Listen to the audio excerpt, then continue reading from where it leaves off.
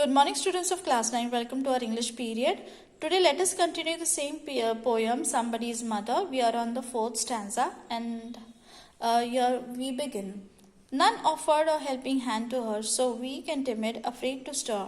That means the old lady who was standing there on the street, she was surrounded by so much of crowd. There were so many people, but not a single person came forward to give her a helping hand. She was so weak and timid, means she was old. And so how was she? She was weak and timid. Timid means feeble, weak. She was afraid to stir. Why was she afraid to stir? What does it mean? Afraid to stir means to move even a little bit. She was afraid to move even a little bit from a place. So why was she so afraid? Lest the carriage wheels or the horse's feet should trample her down in the slippery street. She was afraid to get trampled down in the slippery street because of the carriage wheels or by the horse's feet. And you know that it is so difficult for an older person to fall down.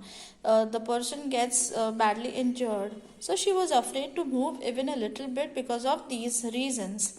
At last came out of the merry troop the gayest boy of all the group.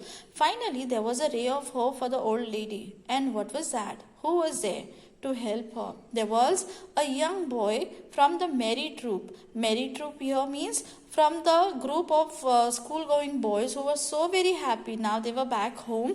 They were on their way back home, and they were very, very happy. They were making balls of snow, and they were throwing them at each other. So this shows that they were so very happy to go back home.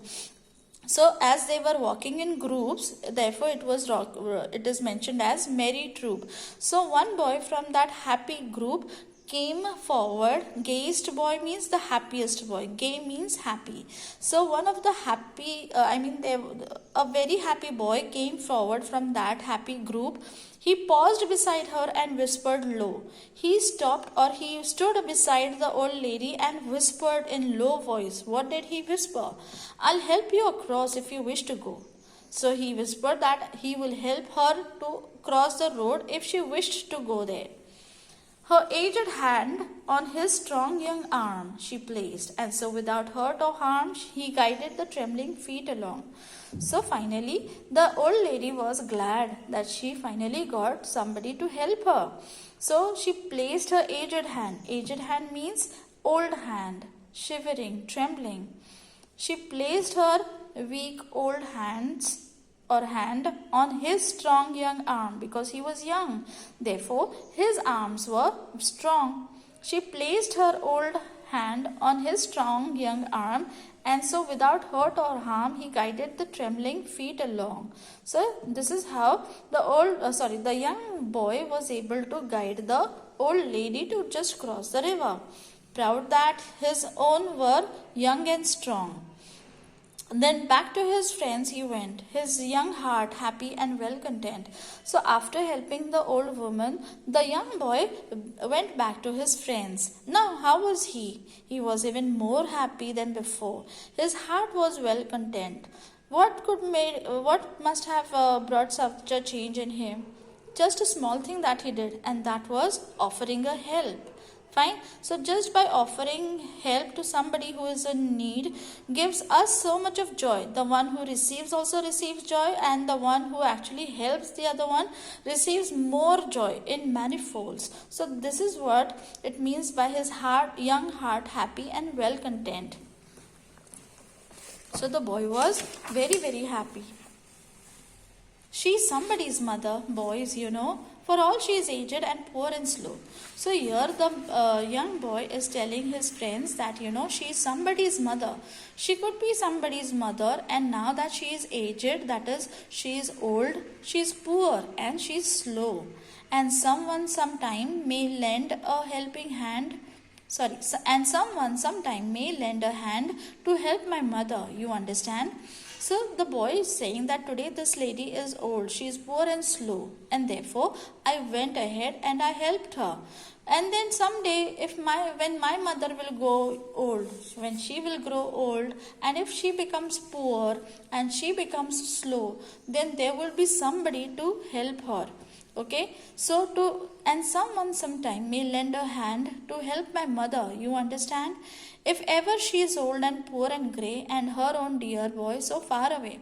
So the young boy is explaining his friends that today I helped this old woman. She could be somebody's mother.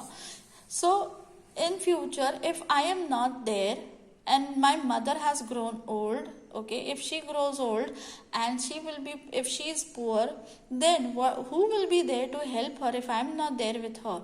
So there will be somebody to help her then. For that reason, I help this old woman. But usually, you should not actually think of helping any, like, if you have a thought of helping somebody, one should not expect any fruits out of it. We should help the person selflessly without expecting any gains from him or her. So here also the young boy is actually not expecting anything from the old woman.